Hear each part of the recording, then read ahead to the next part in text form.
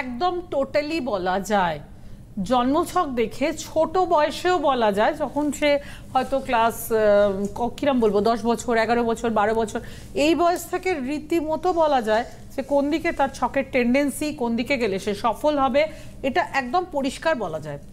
আমি অনেক মানুষকে দেখেছি যারা চায় সন্তানকে মেডিকেল পড়াতে, ঠিক আছে, কিন্তু একটা কথা মনে রাখতে হবে, মেডিকেল মানে কিন্তু শুধু 4 বছরের MBBS নয়, মেডিকেল মানে কিন্তু তারপরও অনেকটা হায়ার স্টাডিজের ব্যাপার আছে।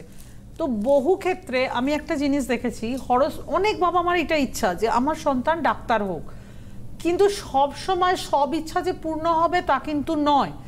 হরোস্কোপে প্রথম কথা হচ্ছে মেডিকেল নিয়ে পড়াশোনা করতে গেলে মঙ্গলকে খুব ভালো হতে হবে।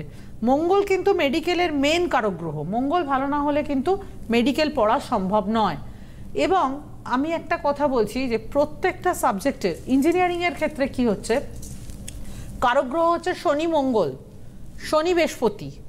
এবার শনি মঙ্গল যোগেও ইঞ্জিনিয়ারিং হয়, শনি বৃহস্পতি যোগেও ইঞ্জিনিয়ারিং হয়। তো ঘটনাটা হচ্ছে যদি আপনি আপনার সন্তানের জন্য হরোস্কোপে কারক গ্রহকে মেনে কাজ করেন তাহলে আপনার সন্তানের জীবনে সফলতা আসবে। আর আপনি যদি কারক গ্রহকে পাত্তা না দেন তাহলে কিন্তু আপনার জীবনের সফলতার ক্ষেত্রে, আপনার বা আপনার সন্তানের জীবনের সফলতার ক্ষেত্রে বাধা হবে। আমি এরকম দেখেছি, মানে আমার এগুলো একদম নিজস্ব অভিজ্ঞতা, 3 বার মেডিকেলের এন্ট্রান্সে বসেছে, একবারও সফল হয়নি। মাঝখান থেকে কি হলো, 3টে বছর চলে গেল, বয়সটা বেড়ে গেল, কিন্তু আলটিমেট সে কোনো লাভ করতে পারলো না। এটা কিন্তু খুব বাস্তব কথা যে আমার সন্তান কতটা জানি, তার জ্ঞান কতটা, এটা কিন্তু কেউ দেখবে না, দেখবে সে রেজাল্ট কত পেল, রেজাল্টের নম্বর কত, তার মার্কশিট, তার ভবিষ্যৎটা ঠিক করবে, তাই না? সেই জায়গায় কিন্তু গুরুত্ব দেওয়া উচিত ভীষণ ভাবে। আমি এই জন্য বিশেষভাবে এই কথাটা বলছি, বহু বাবা মার না ইঞ্জিনিয়ারিং অনেকেই করান, ঠিক আছে, আর ইঞ্জিনিয়ারিং এর কারক গ্রহ শনি মঙ্গল, শনি বৃহস্পতি, এরা ইঞ্জিনিয়ারিং এর কারক গ্রহ। এবার কথাটা হচ্ছে যে বহু ক্ষেত্রে এই মেডিকেল পড়তে গিয়ে দেখা গেল কোনোভাবেই মেডিকেল পড়া হলো না, মাঝখান থেকে 3 বছর নষ্ট হয়ে গেল। আমি হামেশা দেখেছি এগুলো।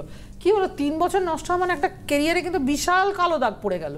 তো সব সময় একটা কথা মাথায় রাখবেন যে আপনার সন্তানের হরোস্কোপ কি বলছে। হরোস্কোপ যদি বলে যে হ্যাঁ এটা ইঞ্জিনিয়ারিং এর চার্ট, আপনি ইঞ্জিনিয়ারিং পড়ান। হরোস্কোপ যদি বলে এটা মেডিকেলের চার্ট, তাহলে আপনি মেডিকেল পড়ান। হরোস্কোপ যদি অন্য কোনো কিছুর কথা বলে তাহলে সেইটা নিয়ে এগোন। এই ডিসিশন নেওয়াটা কিন্তু ভীষণ গুরুত্বপূর্ণ, এবং এই ক্ষেত্রে ভুল ডিসিশন নেওয়ার জন্য আমি অনেক ক্ষেত্রে দেখেছি যে ছেলেদের বা মেয়েদের ক্ষেত্রে যাদের মানে আলটিমেট পড়াশোনাটা তছনছ হয়ে গেছে বা জীবনটাকে গুছিয়ে তোলা যায়নি। সুতরাং সবাই যদি একটা বিষয়ের জন্য লাফান তা কিন্তু হবে না, দেখতে হবে হরোস্কোপ কি বলছে। এবং আমি আবারও বলছি, মেডিকেল যারা পড়তে চান বা যারা সন্তানকে মেডিকেল পড়াতে চান, আগে তারা দেখুন হরোস্কোপে মঙ্গলের পজিশন, মঙ্গল ঠিক আছে কিনা।